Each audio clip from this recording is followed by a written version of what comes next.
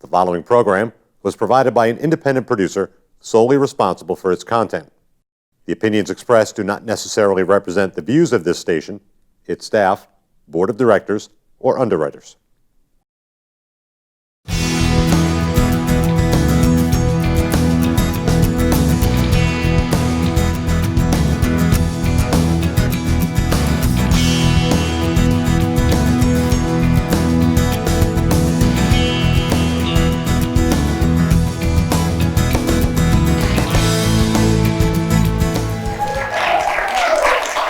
Before we begin, we have a few quick announcements. As you can see to my left and to my right, there are the exits in case of an emergency. Additionally, Elizabeth will be staying after to take selfies for anyone who wants one. So if you'd like to stay around, please make sure to get a selfie. And if you have a baby or little one with you, please come to the front of the line. Think of it like pre-boarding. It's tough enough to be here with little kids, so we want to make sure we could get you out as quick as possible. And volunteers will help us get the line ready at the end of the event. Thank you so much for joining us today. We're here to build community, and in that spirit, we would like you to turn to your neighbor and share why you're in this fight.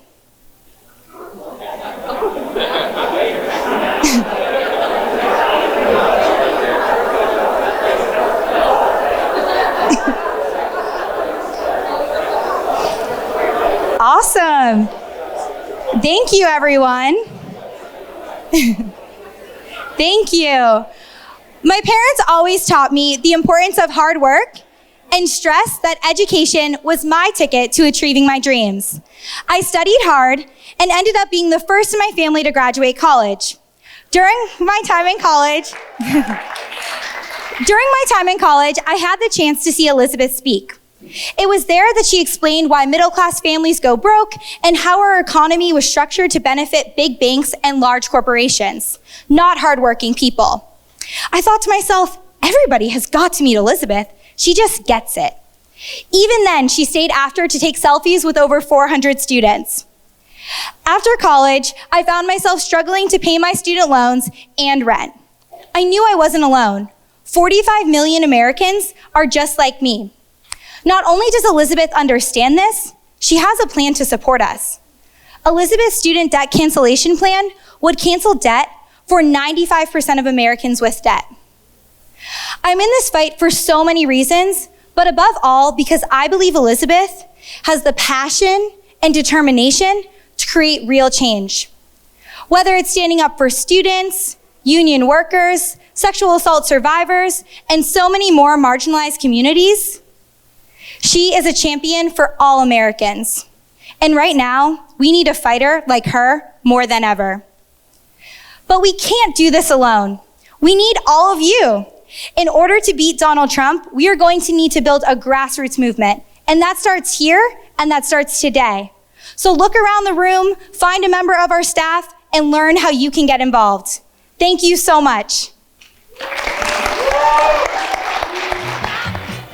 All right, folks, now we have Barbara French from Henniker, who's going to pull some tickets to answer questions at the end of the event. So Barbara, I'll hand it off to you. Okay.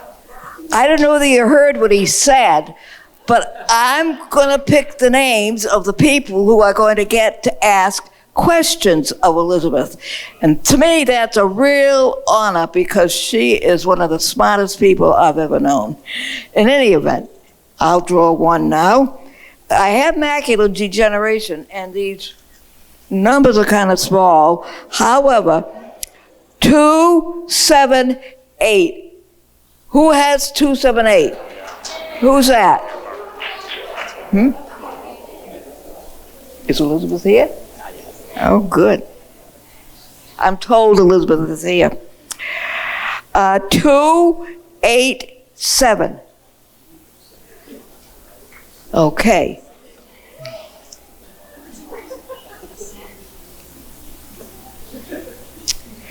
279.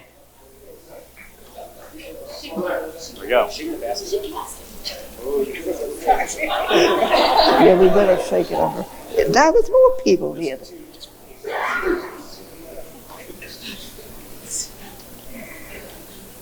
297. Is that everybody?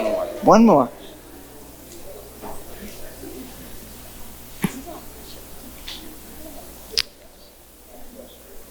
Two, 8, 8.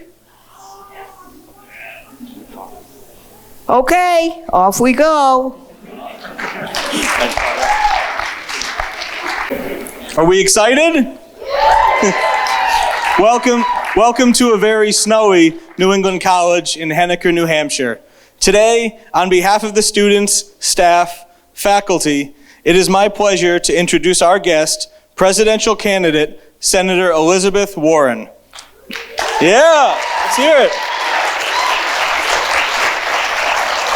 My name is Max Weinberg, and I am a senior political science student here at NEC. I am also a Warren supporter and have been since the day she announced her candidacy. Senator Warren has demonstrated throughout her campaign here in New Hampshire and across the country that she is committed to running a campaign about ideas, not about symbolism. The breadth of detailed plans she has shared are remarkable. Concerned about health care for all? She has a plan. Worried about universal child care? She has a plan. For my classmates here at NEC and on college campuses across the country, are you worried about college affordability? She has a plan. The opioid crisis, climate change, affordable housing, and anti-corruption. For all of these key issues and so much more, she has a plan for that. And she is ready to get to work. Today, Senator Warren will lead this town hall. She will share her ideas and she will answer our questions. I hope you find her as thoughtful, inspiring, and necessary as I do for the change our nation so desperately needs. Please join me in welcoming Senator Elizabeth Warren. Hello, Henniker. Good to see you. And hello, New England College. And thank you, Max, for the introduction and for the sweatshirt. This is terrific. Thank you all for being here tonight. I know it's snowing out there, and there's probably good stuff on TV, but you are here, and I am grateful for that. This election in 2020 is not just about the next 4 years or the next 8 years. This is the direction our country goes for generations to come. And it's going to come right through the center of New Hampshire. So thank you very much for your investment in this and all you do. I really appreciate it. Thank you. So I'm here tonight. I brought family. My husband, Bruce, is back there. He had his hand up. Hold your hand up again, sweetie. There he is. I got my sweetie. Unfortunately, the puppy is still back at home, but enjoying the snow. I thought maybe what we do tonight is I tell you a little bit about myself, tell you a little bit about why I'm in this race. We'll do some questions. We've already drawn the tickets for those. And then if anybody wants to, I will stay and engage in the key part of democracy, selfies, as long as anybody wants. So, I was born and raised in Oklahoma. Dead silence. It's okay, there are not that many Okies. So, I have 3 much older brothers. I am the baby in the family. I'm what used to be called a late in life baby. My mother always just referred to me as the surprise. I have these 3 older brothers who to this day, they're all retired, they're all back in Oklahoma. They are still called the boys. That is to distinguish them from the surprise who came along later. All 3 of my brothers joined the military. My oldest brother, Don Reed, was career military. He was in combat in Vietnam off and on for about 5.5 years. We were lucky to get him back home. My brother, John, was stationed overseas for a little over a year. My brother David trained as a combat medic, and that gave rise to a rule in our family: never choke in front of David. To this day, the man carries a sharpened pocket knife. He is convinced he could perform an emergency tracheotomy. Stay away from him if you've got your mouth full. I love my brothers. I'm close to my brothers, talk to them a lot. When we were growing up, our daddy had a lot of different jobs. He sold paint, he sold carpet, he sold fencing, he sold housewares. And when I was in middle school, the boys were all gone by then. So it's just my mama and my daddy and me. And my daddy had a massive heart attack. He recovered, but he couldn't work for a long, long time. And even now, I remember the day when we lost our family station wagon. I remember how my mother used to tuck me in at night. She'd kiss me, she'd give me this big smile, walk out of the room, and I always knew what was coming. She'd close the door and I'd hear her start to cry. Never wanted to cry in front of me. This is the time in my life when I learned words like mortgage and foreclosure. And one day I walked into my folks' bedroom and laid out on the bed was the dress. Now, some of you in here know the dress. It's the one that only comes out for weddings, funerals, and graduations. And down by the end of the bed is my mother, who's in her slip and her stocking feet, and she's pacing back and forth. And she's saying, she's got her head down, she's saying, "We will not lose this house. We will not lose this house. We will not lose this house." She was 50 years old. She had never worked outside the home, and she was terrified. And finally she looked up and she saw me standing in the doorway. I'm just a kid. And she looks at me, and she looks at that dress, and she looks back at me, never says a word. And she walks over and she pulls that dress on, wipes her face, puts on her high heels, and walks to the Sears, where she gets a full-time minimum wage job answering phones. And that job saved our home, and more importantly, it saved our family. And I've always thought of it as the lesson my mother taught me, that no matter how scared you are, and no matter how hard it looks, when it comes down to it, you reach down deep, you find what you have to find, you pull it up, and you take care of the people you love. That's who we are. It was only years later that I came to understand that's the story of millions of people across this country every day. Millions of people, no matter how hard it looks, no matter how scared they are, reach down deep, find what they have to find, take care of themselves and the people they love. But it was only years after that that I came to understand that story, that same story about my mother, is also a story about government. Because when I was a girl, a full-time minimum wage job in America would support a family of 3. It would pay a mortgage, it would cover the utilities, and it would put food on the table. Today, a full-time minimum wage job in America will not keep a mama and a baby out of poverty. That is wrong, and that is why I am in this fight. There it is. There it is. And understand this, that difference is no accident. That difference is about who government works for. Go back and look. When I was a girl, the question asked in Washington about setting the minimum wage is, what does it take a family of 3 to make it in America? What does it take a family to get a foothold in America's middle class? What does it take a family to have something solid they can build from?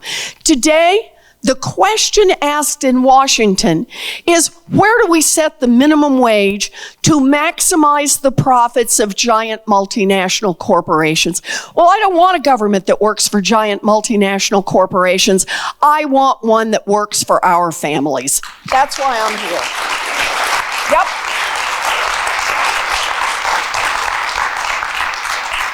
So, like I said, the boys went off and joined the military. It was their path to America's middle class, their chance to serve. Me, I had a different dream. I have known what I wanted to be since 2nd grade. You may smile, you didn't decide till what, like 4th grade? Fifth grade in the back row there. Yeah. I have known what I wanted to be since second grade, and I've never wavered from it.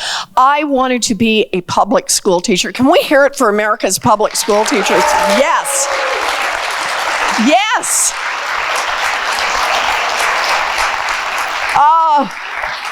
And I want you to know, I invested early. I used to line my dollies up and teach school. Had a bit of a reputation for being tough but fair. It's what I wanted. Anybody to ask, it's what I wanted, it's what I wanted. But by the time I graduated from high school, my family didn't have money for a college application, much less to send me off to 4 years at university. So, like a lot of Americans, I don't have a straight line story. I have a story that's got some twists and turns in it. So here's how my story goes. I was a high school debater, and I got a scholarship to college. Yay! Yeah, you bet. And then, at 19, I fell in love, got married, and dropped out. Yay! Not to that guy. Yes, that story is coming up in season 2. No. So I drop out, I get married. Look, my choice. Nobody made me do this. And it's going to be a good life. But it wasn't the dream. I thought I'd given up on the chance to teach school. We're living down in Houston, Texas, and then I found it. 45 minutes away, a commuter college that cost $50 a semester. Yeah. So for a price I could pay for on a part-time waitressing job, I finished my 4-year diploma. I became a special education teacher. I have lived my dream job. Yep. Now, have we got any public school teachers in here? There we go. Oh, man, we got a bunch. Oh, come on. We've got some more public school teachers. So listen, I'm going to need you to back me up on this. It is not a job. It is a calling. I loved this work. I had 4 to 6-year-old kids in special education, and I love those babies. And I probably would still be doing that work today, but my story has some more twists and turns, and here's how it goes. By the end of the first year, I was visibly pregnant. And the principal did what principals did in those days. He wished me luck and hired someone else for the job. Okay, so now I'm at home. I got a baby. I can't get a job. I got to do something. What am I going to do? I'm going to go to law school. We live in New Jersey by this time. I find a public law school, state law school, costs $450 a semester. Baby on hip, I head off and do 3 years in law school, graduate from law school visibly pregnant. You will discover a pattern to these stories. Take the bar and practice law for 45 minutes. And then went back to my first love, which is teaching. I traded little folks for big ones and have spent most of my grown-up life teaching in law school. Other changes around this time, husband number 1, hint, it is never good when you have to number your husbands. Husband number 1 and I parted ways, but I have Bruce and I've held on to him ever since. So I'm still on 2. There we go. So here I am, I'm teaching in law school, and I don't know, maybe because my family grew up kind of hanging on by our fingernails to our place in the middle class, I wanted to do the money classes, learn about it and teach it. So I taught, if it had to do with money, count me in. I did contract law and commercial law, payment systems, secured transactions, corporate finance, partnership finance, law and economics, law of debtors and creditors, bankruptcy law. I did all of it. But there was always one central question in my work, and that is, what's happening to America's working families? Why is America's middle class being hollowed out? Why is it that people today who work every bit as hard as my mother worked 2 generations ago, today find the path so much rockier and so much steeper. And for people of color, even rockier and even steeper. And the answer is just like the answer on minimum wage. It's who government works for. Think of it this way. We have a government in Washington that works great for giant drug companies. It just doesn't work for people trying to get a prescription filled. Works great for people who want to make money by investing in private prisons and private detention centers. It's just not working for the people whose lives are destroyed by those places. We have a government that works great for giant oil companies that want to drill everywhere, just not for the rest of us who see climate change bearing down upon us. And when you see a government that works great for those with money and is not working so well for much of anyone else, that is corruption pure and simple, and we need to call it out for what it is. Corruption. Corruption, and think of it this way. It's the influence of money everywhere in Washington. Oh, it's about campaign contributions, you bet. But it's also so much more. It's the lobbying, it's the lawyers, it's the PR firms, it's the bought and paid for think tanks, it's the bought and paid for experts. In fact, I want to tell you a quick story. You go back to the early 1990s. We knew what was happening on climate. Scientists are really clear on this. They were calling it global warming, but it was the same point. They said putting this much carbon into the air will destroy this planet. So they're really serious about this. And here's the thing. In Washington, Democrats and Republicans are working together. They're actually talking about, do we need to expand the Environmental Protection Agency? Do we need new regulations? Do we need to put more money into cleanup? Right? They're starting to move. And then along come the Koch brothers. You've heard of the Koch brothers. Yeah, okay. The Koch brothers and the oil industry and some big polluters. And they get together, in effect, and say, if Congress gets serious about climate change, that's going to cut into our profits. If they really start making change, that's going to bite our bottom line. So they have an investment decision to make. Now, they could decide, handwriting's on the wall, we're going to get out of carbon-based. They don't do that. They could decide, we're going to spend all of our R&D money. We'll spend it how to clean carbon out of the air, how to take it out. They don't do that. No, they make an investment. They invest in politicians in Washington. They invest in the decision makers to get them to make the decisions they want them to make. In other words, not to do much, right? And the one that gets me, they invest in the bought and paid for experts. Yeah, it's campaign contributions, solve it. But this is the one that just really gets me. You've seen these guys, these climate deniers. I'm a doctor. And as a doctor, I just want to say climate's been here for a long time and the dinosaurs loved it and it was good for salad and, whatever they say, right? They just say this weird stuff about climate. And you have to ask yourself, why is somebody spending millions and millions and millions of dollars to get these folks to write these reports, to lift up these reports, to give them a platform, to circulate them? And the answer is because these bought and paid for experts, they can build something very special. They can build an umbrella that the politicians can hide under and keep taking money so that the politicians can say, when someone asks, why are you taking money from the Koch brothers, from the oil industry, from the big polluters?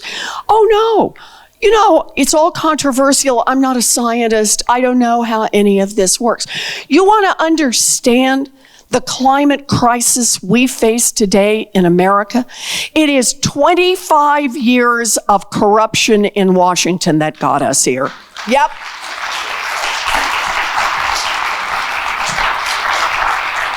And the reason I talk about corruption is whatever issue brought you here today, whether it is climate or it's health care, or it's the cost of prescription drugs, or it's gun safety, whatever brought you here today, if there is a decision to be made in Washington, I guarantee it's been influenced by money. It's been shaped by money. It's had a little loophole here and there created by money. And the only way we are going to fix this problem is not by nibbling around the edges. It's not by pretending it's not there. No, to fix this problem is going to take big structural change. That's what it will take.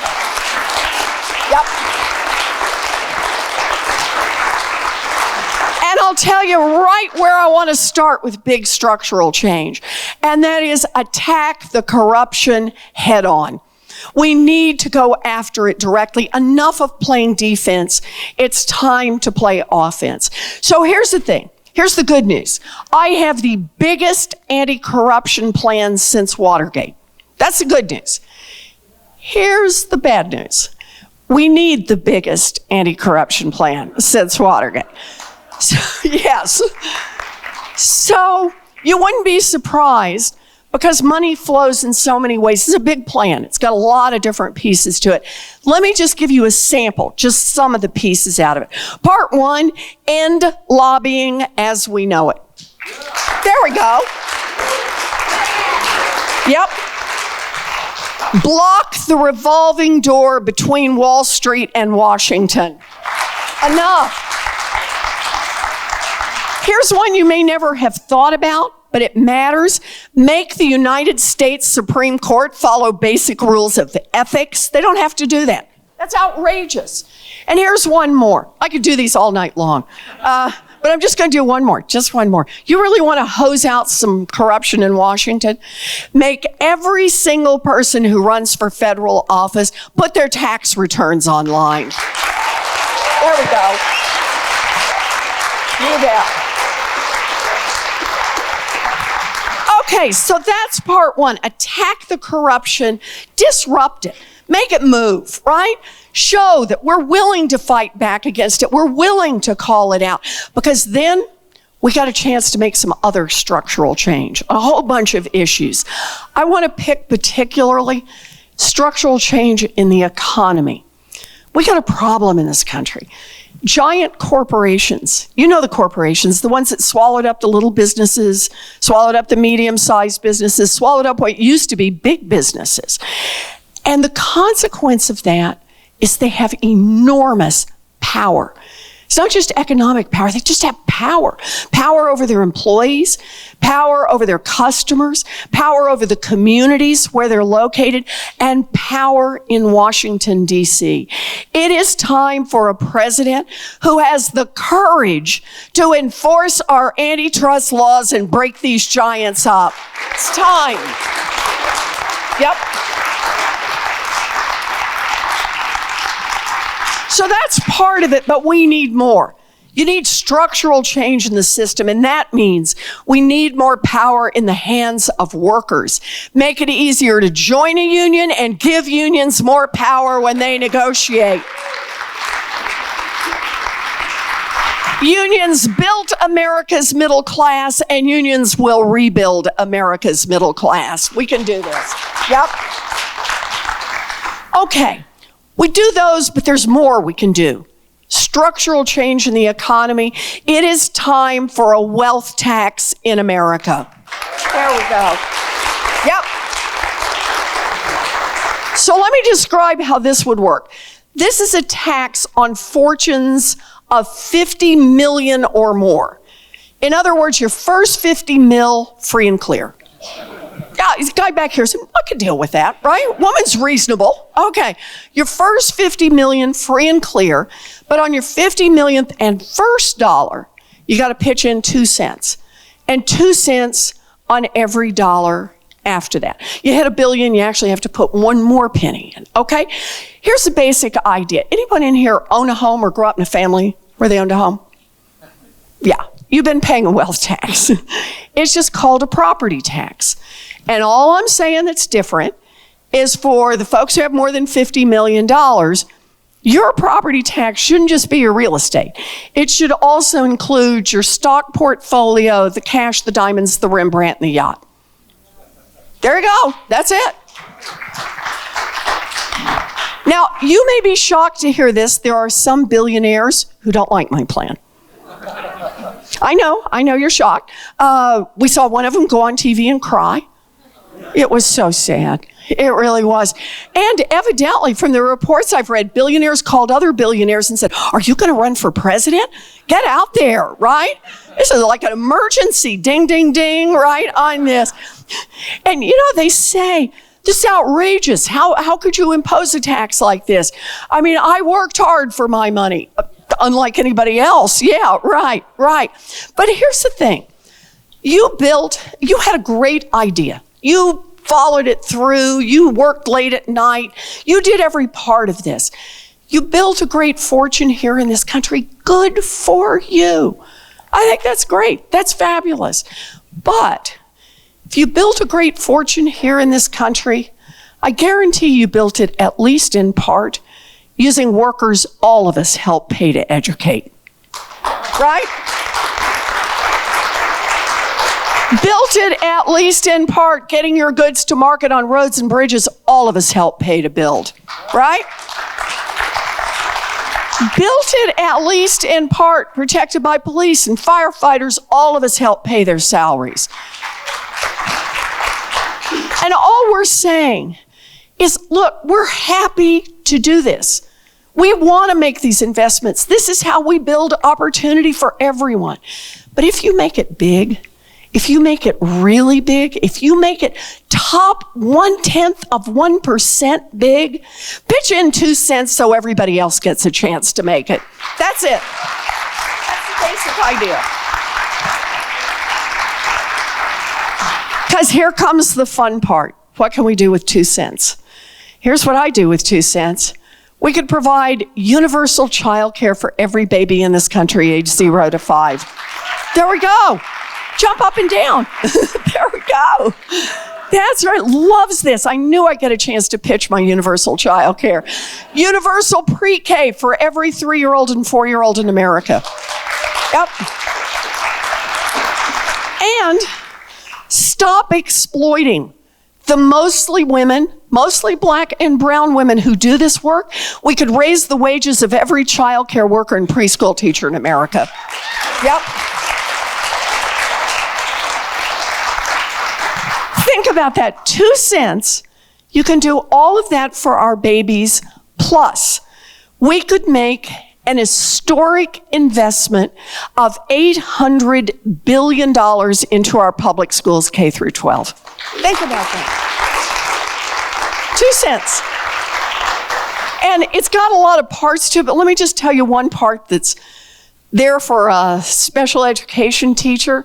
We could fully fund, for the first time in history, IDEA, so every child with a disability would get the education they deserve.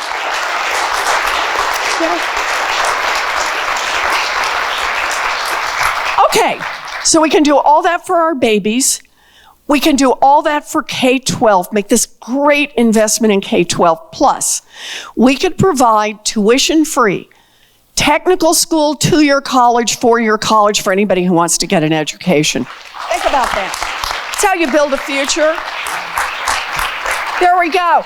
We could help level the playing field, put $50 billion into our historically Black colleges and universities. Yeah. So we can do all of that for the babies, for K-12, for people who are about to get an education, plus that same 2 cents would let us cancel student loan debt for 43 million Americans. Yes. There we go. Yeah, think about what that would mean. You either leave the 2 cents with the millionaires and the billionaires, which, just by the way, I want to make a quick fairness argument here. The 99% in America this year, you're going to pay about all in 7.2% of your total wealth in taxes, right? The top 0.1%, the folks that be hit by the wealth tax, they're going to pay 3.2%. It is time for them to kick in 2 cents, right? So that we can build a future for an entire generation. We could do this. Yeah.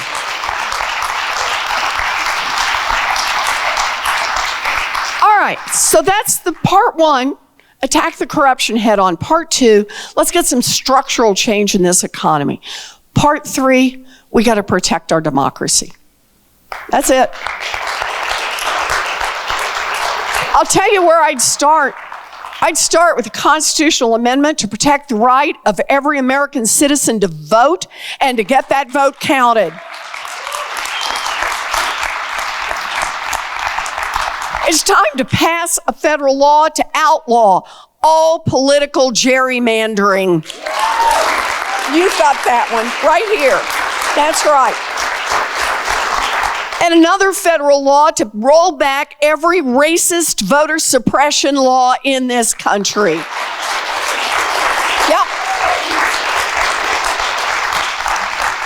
Okay, and just one more on this, and that is, we got to overturn Citizens United. Democracy is not for sale.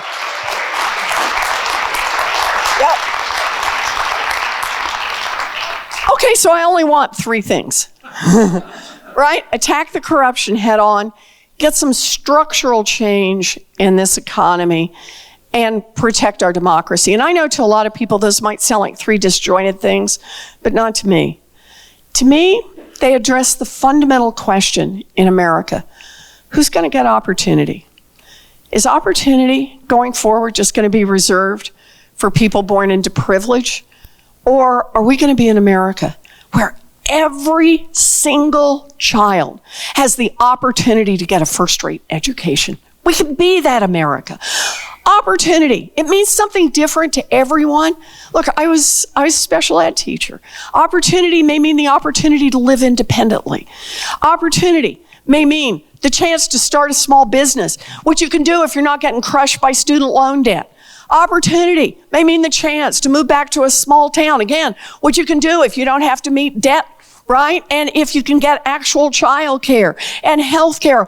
Opportunity to love who you love and build the family you want to build. We need to be an America of opportunity. Yes.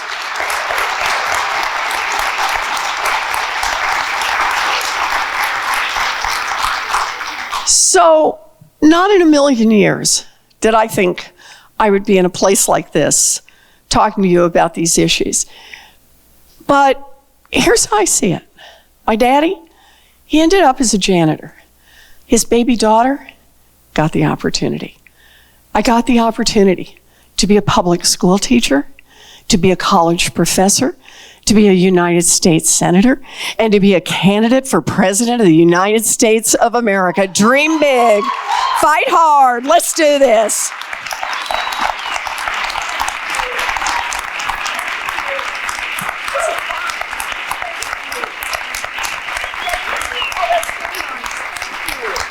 Thank you. So I tell you what, let's do some questions. Who's got some good questions?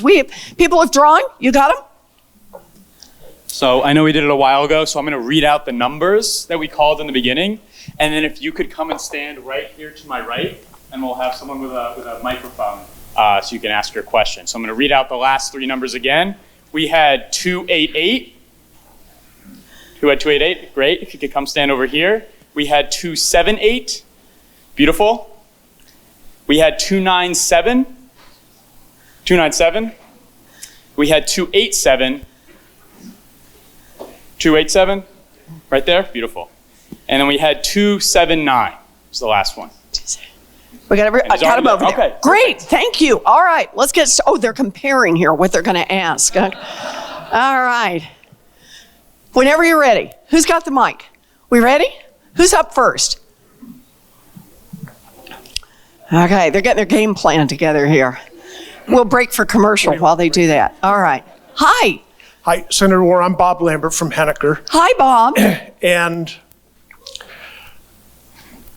I forgot what I was going to ask. Oh no. Well, I was just saying, okay. I didn't disagree with anything that you said here tonight. Good. Let's just quit there, Bob. And it was You know, when my husband says that, I'm done. I'm like, okay, babe, let's quit. Okay. Assuming you're the Democratic candidate, I'm liking this better. Okay. you're not going to get elected with just Democrats voting for you. Absolutely true. You're going to need some voters that voted for Trump last go round. What's the most important thing you have to offer to convince those people that you're the one that they should be voting for? Ooh, that's a good question. So, I'll tell you the first part of the answer. I'll show up. And I'll tell you what that means. Look, I said, I was born and raised in Oklahoma. My 3 brothers are still back there. 1 is a Democrat. Do the math, right? But I talk to all 3 of my brothers, and I love all 3 of my brothers. I talk about corruption because I think it is the defining issue right now in America, who this government works for and why it keeps working for those folks. And here's the thing. It's not just Democrats who get that. It's Democrats, independents, and Republicans. Because I don't take corporate money. I don't do closed-door fundraisers. I don't do fundraisers, right? I decided from the beginning for a presidential primary, Democrat against Democrat. Come on, let's grow this thing from the grassroots up. Let's show that we can get out there and talk to people and make this happen. And because I don't spend all that time behind closed doors in those fundraisers, I've been able to have 175 town halls since I got in this race. I've taken thousands of unfiltered questions, and by the way, more than 90,000 selfies. Woohoo! But what it's done for me is it's given me a chance to go not just to blue states or not just to early states, 29 states in Puerto Rico. I've been to red states and blue states. I've been to Kermit, West Virginia. Prides itself on being the reddest of the red. That's how they describe themselves. But I'll tell you this, they also have a terrible opioid problem. And when I showed up to do a town hall in the firehouse, people came who had on their Make America Great Again hats. They showed up. They wanted to get a look at this woman. And I talked about what it means when you've got a government on the side of big drug companies instead of on the side of your family. And by the time we got through that, a lot of people had cried, a lot of people had done hugs, and everyone stayed and wanted to get a picture. And they invited me to come back as many times as I wanted to.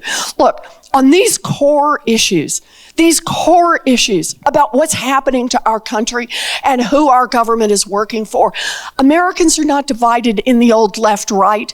This is a top and everybody else. Folks across this country get that they have been cheated long enough and they're tired of it and they're ready to fight back. That wealth tax I was talking about, very popular with Democrats, very popular with Republicans and with independents. They know it's time for the people at the top to pay a fair share so that your kids have a chance to get a decent education without getting crushed by student loan debt, to be able to build a real future. That's going to be the core of how we're going to do this. We're going to do it. We won't win them all. I get it. But we don't have to win them all. In the Middle East, we need to bring home our combat troops from Afghanistan. I've traveled to these regions. You ask people on the ground, what does success look like? No one can describe it. We can't do this. We have to remember, and frankly, our own generals will say this, there is no military solution. We have got to have use our diplomatic tools and our economic tools, and most of all, we've got to work with our allies, because that's what magnifies power around the world. You know, there's so many things that Donald Trump does wrong on the international stage. Leaving our Kurdish allies to be slaughtered. Who wants to be an American ally after someone like Donald Trump does that? But it's over and over and over, attacking our own allies. He takes the position, right, that he wants to go after China on trade war, and that's what gets all the headlines. But what does he do at the same time? He also declares trade war on Canada, on Europe, on South Korea, on Japan. That doesn't make us stronger in trade negotiations with China. The same thing is true we're talking about in the Middle East. We need to work with our allies around the world, our allies in the region, because that's how we have to remind ourselves. We all have an interest in fighting against terrorism. We all have an interest in non-proliferation in the region. We all have an interest in promoting peace and stability. But all of us have to work for it together. So that's how I would describe it. I hope that's helpful. Good. Thank you, Spanos. Good to see you. Thank you. Hi. He's got it. I don't have to hold it. He'll help you. I'm Dr. Kitty Weber. I'm professor of psychology here Hello, at the college. Dr. Weber. It's nice to meet you. I have an overwhelming question that I ask everybody. Okay. But as President of the United States, and you've already mentioned the opioid crisis, we have a huge crisis with the mental health overall the entire country.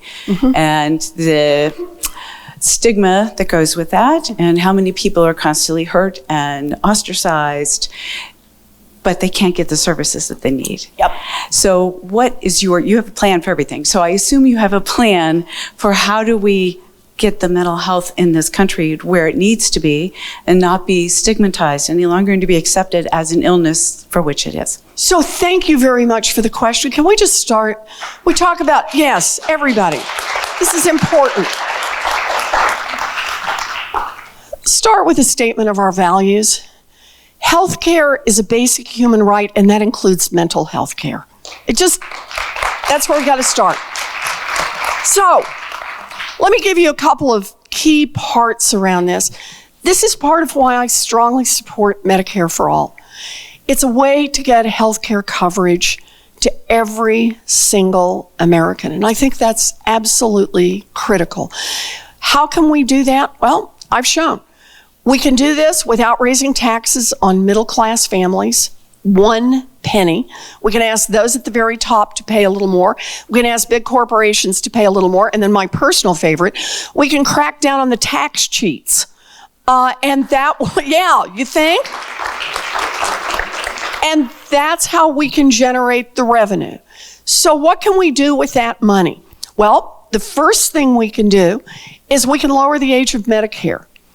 And anybody who's 50 or older who wants to have Medicare can move into Medicare. We can also make Medicare for All available to anybody who wants it. That's full health care coverage. We can do that in the first 100 days. We can do it on a 50-person vote in the Senate. And here's how it would work. For anybody under 18, you're welcome to it for free. You can opt into it. It's not going to cost anything. For a family of 4, with an income of below $50,000, you can opt in for free. For anyone else, it's a modest cost, but heavily subsidized because we've got the money to be able to pay for it. We get tens of millions of people covered so that the whole healthcare relationship changes. So it's no longer a patient who has a doctor, has a mental health professional, has a nurse practitioner, has a physical therapist, and some insurance company is standing in the middle saying, sorry, you're not covered for that. Sorry, that doctor is not covered. Sorry, you only get 4 treatments and then you're done. Sorry, we don't cover that particular medication. To take that out of it so that people get the full range of healthcare services they need and that it's paid for. People get to experience that. Tens of millions of people get to opt into it. And then when lots of people have had it, lots of people like it, I think they will, then we vote. That's the whole idea behind it.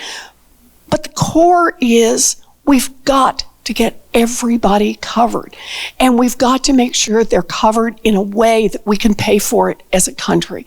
We simply cannot continue as a country where for those with insurance, the premiums keep going up, the deductibles keep going up, the copays keep going up, what's not covered keeps going up. We just can't do this as a country any longer. We have got to do better, and here's the best part about it. We can do better. We just have to decide that we have the political will to get it done. So, thank you. Thank you. I hope that's helpful. My name is Paul Kiner. I am a part-time here at the college. I'm You a teach tutor. here? I'm a tutor, and I teach one course. Good to see you, Paul. What do you teach?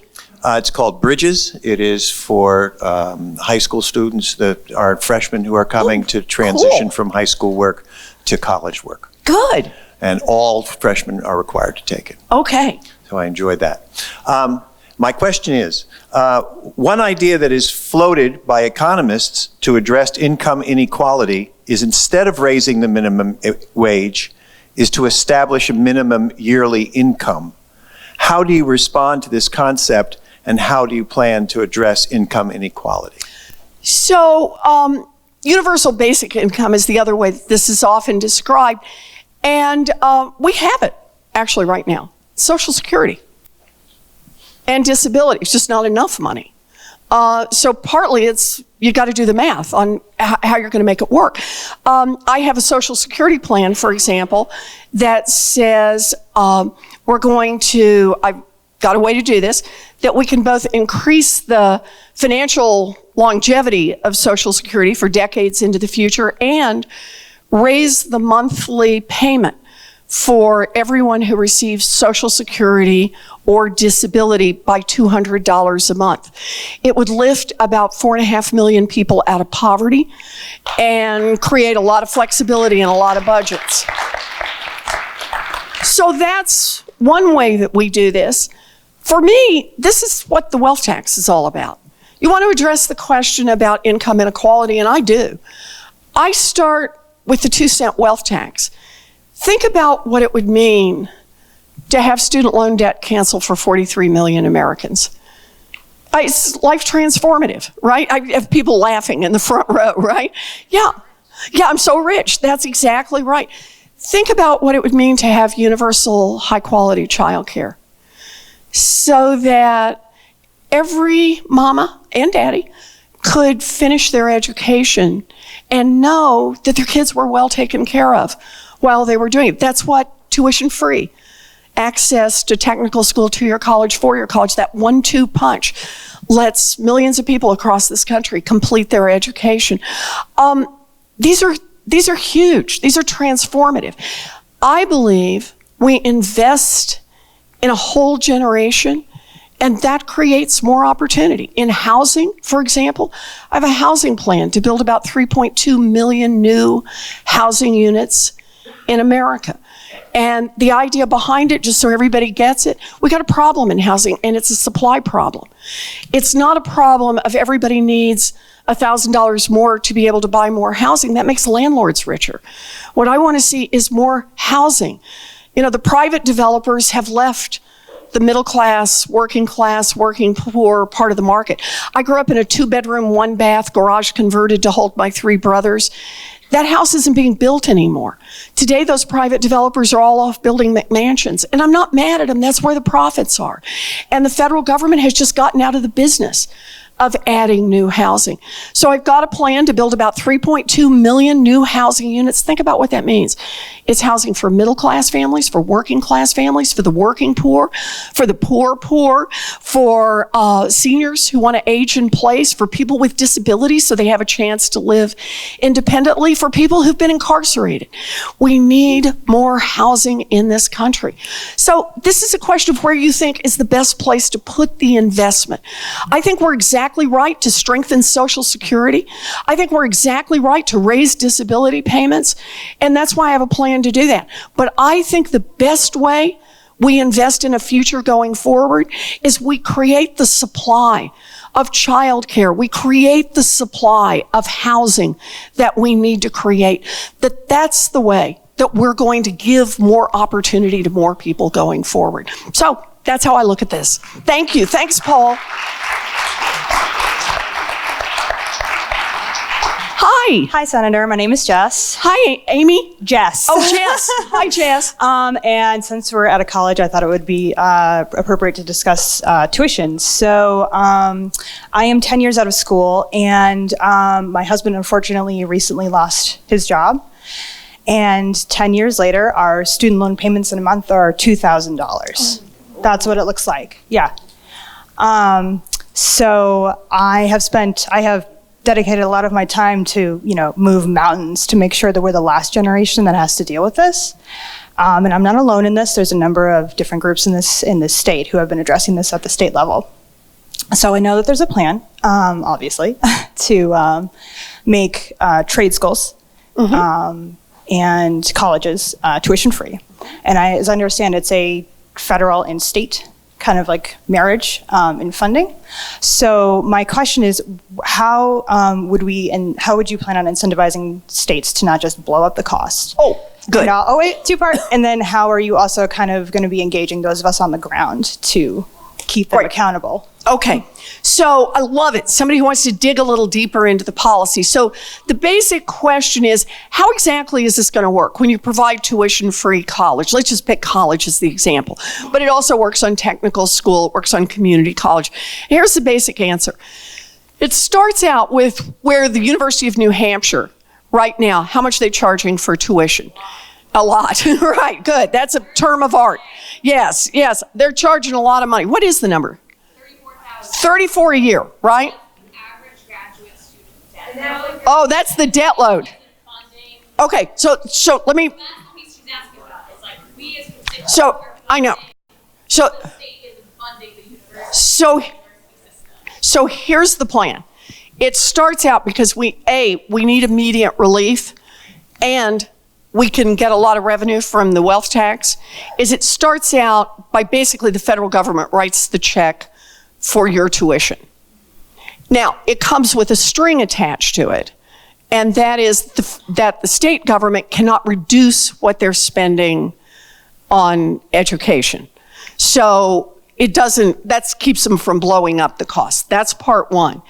And then part two is it's got incentives in it to get the state to increase how much they put in so that the services expand for the students. And there's more federal money if the state will do more. And the theory behind this is they'll get a lot of pressure. They don't have to take the money, but they get a lot of pressure from the students. And when you've got free money lying on the table, that the state will pick it up. But the point is, the first part of this, the tuition all gets covered. So it goes to zero from your perspective, but from the state's perspective, they got to stay where they are in terms of paying. Okay, that's it? Yep, good question. We have one more, or are we through? We're done? All right, we're done. So I tell you what, let me tell you one more story and we'll go. I can't resist. I want to tell you a story about a toaster. You didn't see that coming. So here's the thing. When I was a young mom, toasters could catch houses on fire. And the way that worked is those little toaster ovens, with the little slide-out trays, they didn't have automatic shut-off switches.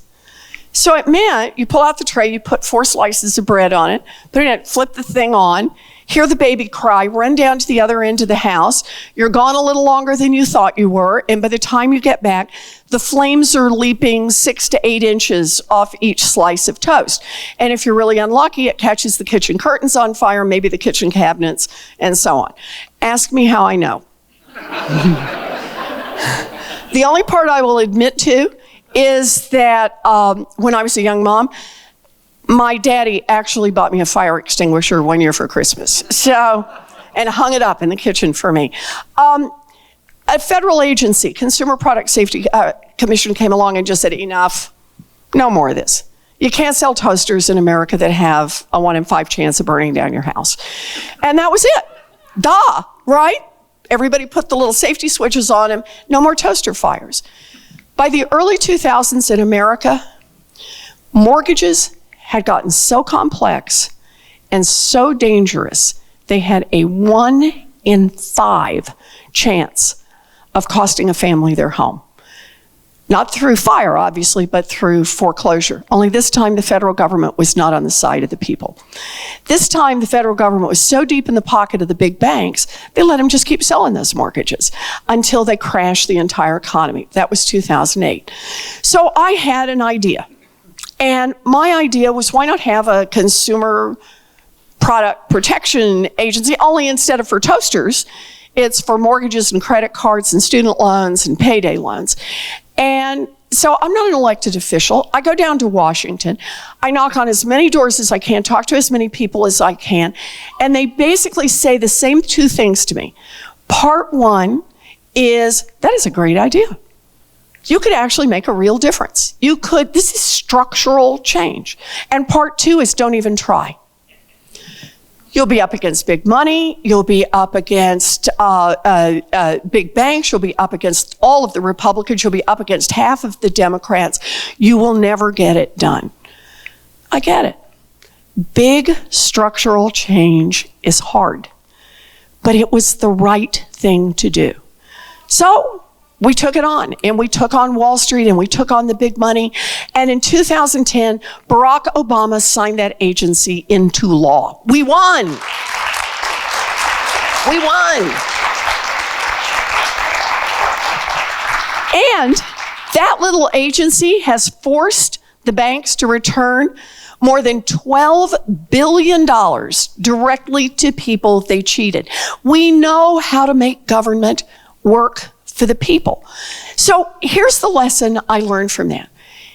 Even if the big donors don't like it, even if big money doesn't like it, even if big banks don't like it, we need big ideas to solve the big problems of our time.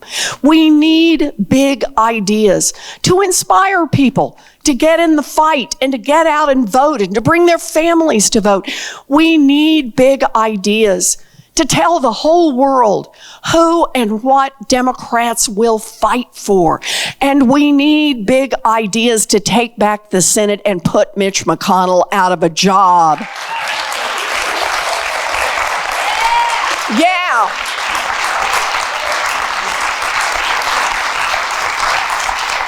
We need big ideas, and we need to be willing to get out there and fight for them. You know, look, I get it. It is easy to sound so sophisticated to give up on big ideas. But here's the thing. When we give up on big ideas, we give up on the people whose lives would have been touched by those ideas. And those people are already in a fight. People who are struggling to pay their medical bills are already in a fight. People who are getting crushed by student loan debt are already in a fight.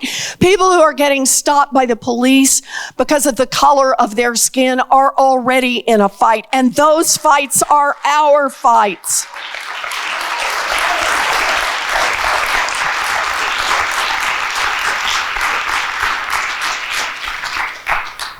We have to be willing to get in these fights. This is a time of crisis for our country.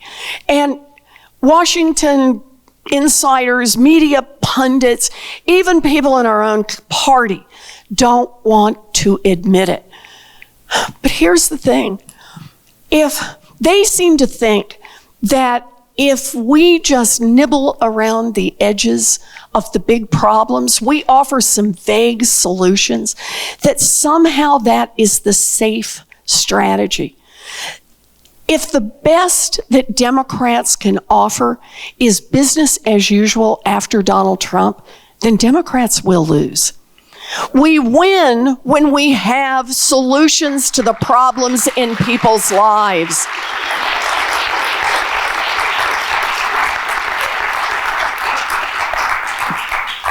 I'm not running a campaign that was shaped by a bunch of consultants.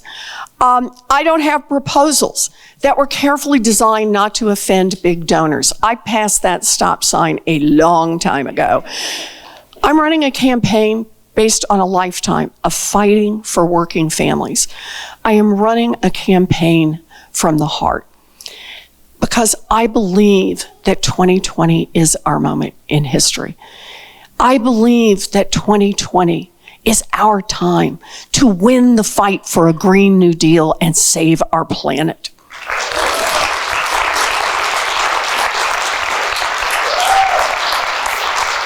That 2020 is our time to win the fight for Medicare for all and save our people. Yep. And that 2020 is our time to win the fight for a 2-cent wealth tax and invest in an entire generation. I believe that 2020 is our time. And if you agree with me, come join us. Come join this campaign. Go to ElizabethWarren.com, pitch in $5, volunteer an hour, but be part of this because we're going to have to do this one from the grassroots up. This is our moment in history to dream big, fight hard, and win. Thank you.